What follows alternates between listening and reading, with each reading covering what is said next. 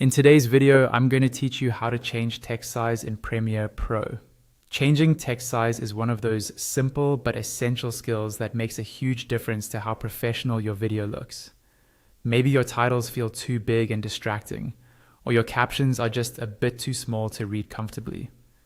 By the end of this video, you'll know exactly how to adjust that quickly and confidently inside Premiere Pro. First, make sure you already have your project open in the editor, with some text or a title added to your sequence. You should be able to see your text in the program monitor, which is the preview panel usually located at the top center of your workspace.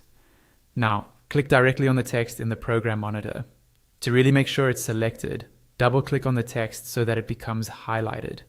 When the text is properly selected, Premiere Pro knows you want to edit that specific graphic, and this will automatically show its options in the Essential Graphics or Properties area, typically on the top right side of your screen. Once the text is selected, look over to the right side, to the Properties panel.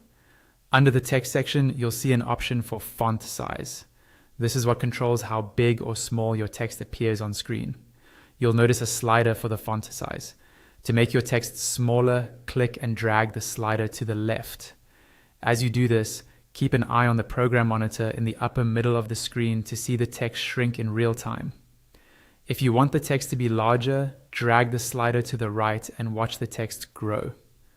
This live preview is really helpful because you can immediately see how the new size looks within your composition, your frame, and alongside any other elements in your video. If you want a very precise size instead of dragging the slider, look for the number field just above or beside that slider. You can click on that number and type in an exact value, like 50, 75, or 100. Press enter, and the text in your program monitor will instantly update to match that value.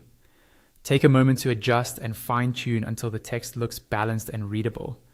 Think about how it appears on different devices, and make sure it's not too close to the edges of the frame. And that's it.